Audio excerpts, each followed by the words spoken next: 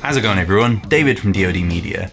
Last week I showed you how you could create your very own lens dirt to use in filmmaking, to use in photography, to basically just embellish your shots a little bit and make it look a little bit more cinematic when you got a bright light shining through your camera. And so this week I'm going to show you how you can animate that so that it responds to light that's in your footage.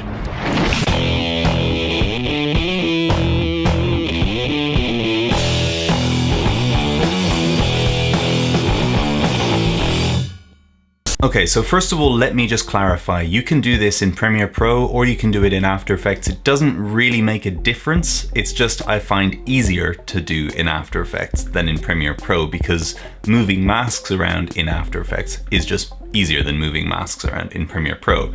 But if you're doing this in Premiere Pro, just basically follow the same principles and you will see that you can do it just the same. Okay, and secondly, check the description if you weren't able to make your own lens dirt for whatever reason, because I've put a link to one in the description for you to download for free. You're welcome. All right, let's jump into After Effects, or Premiere Pro, or Final Cut, or whatever non-linear editor allows you to keyframe stuff. All right, so here I am in After Effects. I've got this clip loaded up, and there's me waving my phone around. Lovely. So I've got the lens dirt file that I have in the description as well, loaded up here. I'm just going to drag it in, put it on top of my composition. I'm going to scale it down until it fits on top of that composition. Let's make it maybe there. And I'm going to change the blending mode by using this toggle switch here. I'm going to change the blending mode to screen. Great, that's exactly what we did last week, all in about 10 seconds. So if you haven't watched last week's, that's basically it. No, I'm joking, there's a bit more. So let's go ahead and make a mask. We're gonna go for an ellipse tool and we're just gonna make a mask. Hold shift so it stays as a perfect circle and just make a mask that's roughly that big. Cool, then hit V to get your arrow back and just drag that up there. Okay, now again, like last week, we're gonna hit F on the keyboard. That's gonna bring up our mask feather. We're gonna add a load of feathering to this. We really want this to be smoothly feathered. We don't want any harsh edges on it. Great. And finally, what we're gonna do is come up to Effects and Presets, and we're gonna type in curves. Okay, double click on that, add that to your layer and as an effect, and that's great. Now just hit that lock so that this whole thing stays locked on here, this layer. That way, even if I click on the footage, those effects are gonna stay up there because we're gonna be editing these. Okay, so here's my marker where I slowly bring the torch up. And obviously here there's no strong light in the frame, so I don't need there to be this lens dirt, right? It's only when this comes up that I need that lens dirt. Okay, so here's the quick, easy, dirty way of doing it in any nonlinear editor. So I'm in After Effects. I know it's not a nonlinear editor per se, but After Effects, Premiere Pro, Final Cut, doesn't matter. As long as you can set keyframes for things, then you're sorted. So we're gonna wanna set a keyframe for the opacity of that layer. So in After Effects, you just do Shift Alt T and it's gonna drop a keyframe for opacity right there where the playhead is. And you can just bring that to 0 because we don't need to see it yet. And then as this is coming up, okay, so there is the first frame where we see it. So we're gonna hit a keyframe there and we're gonna hit F9, or if you don't have F9 available, just right click, keyframe assistant, easy ease. Okay, so now we're gonna scrub through.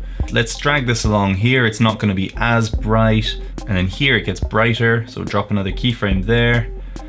Here it gets to its brightest. So let's put a keyframe there. That's gonna be where it's at 100. And then back over to the side there, it gets a little dimmer.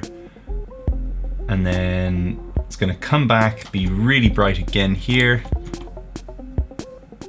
And then disappear there. Cool. So again, if we run through this, here, let's put it at, say, 25. Here, let's put it at 66. So it's 2/3 bright. Here, where it's full on, we're gonna go for a full on 100. And then over here, back to 66. And the next one, you can skip between keyframes in After Effects by hitting K and J, by the way. Here it's full on again, so 100 again. And the final keyframe back down to 0. Great.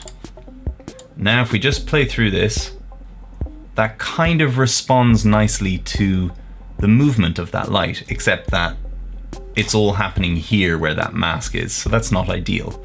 So what we need now is to move that actual mask, and this is where you're going to set a keyframe to track your mask. So in After Effects you hit M and it's going to bring up your mask path. Okay, if you hold Shift and U, that will actually bring back whatever keyframed option you have already used in After Effects, which is quite handy because we're actually going to be following along the same path as the opacity, so use these as a kind of milestone, as a guide, as a marker for where you need to go next. Okay, so back to the first keyframe, we're going to hit that same stopwatch for the mask path. We're going to go to the next keyframe, hitting K on the keyboard, making sure that this keyframe is selected so that all of these squares, all of these points in the mask are filled in, they're not hollow. Then you'll be able to click any of them and drag the entire mask. And what we're going to do is drag the entire mask out of frame where my hand is. And then to the next one, and we're going to drag this up to there. And essentially you want to keep your source of light in the middle of that mask. Okay, and then the next one, we're going to bring it up there. And the next one over here. And just keep doing that. Just keep following that light. Okay, and then when you're done putting those keyframes in, just select them all and again hit F9 or right click, keyframe assistant, easy ease. And now if we play this back, so that it responds to light that's in your footage. Now you might be wondering, well, okay, that looks pretty good, but why did we bother putting the curves effect on here? Well, the curves are essentially just so that you can customize it a little bit based on what your scene currently looks like. Now, I don't think this phone light would be strong enough to illuminate that much of the lens dirt.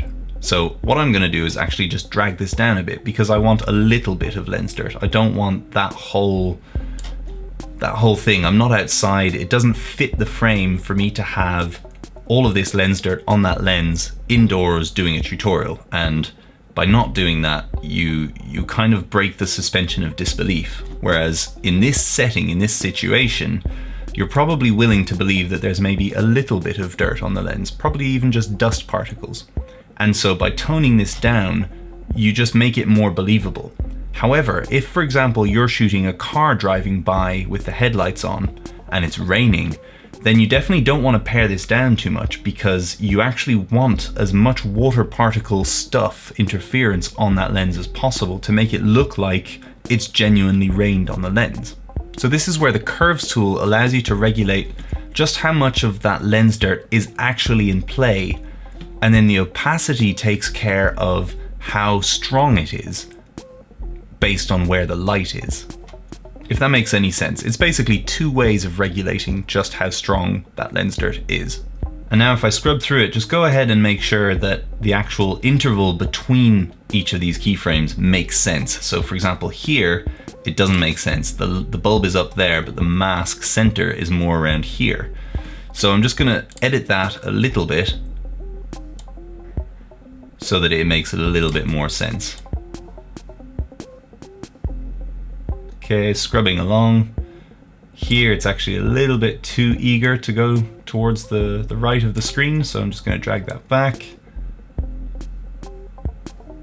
And again. Okay, and there we go. That works pretty well that way, that's pretty good. Alright, I hope you found this useful. I hope this isn't too annoying, I don't know what I'm doing. Give this a thumbs up if you liked what you saw, hit that subscribe button to get more videos and tutorials and stuff from me at dodmedia. Leave a comment in the comments section if I find it useful. You may win something free from my store. Leave any questions you might have. I'll gather them all up and do a Q&A at some point. And yeah, happy lens dirt animating.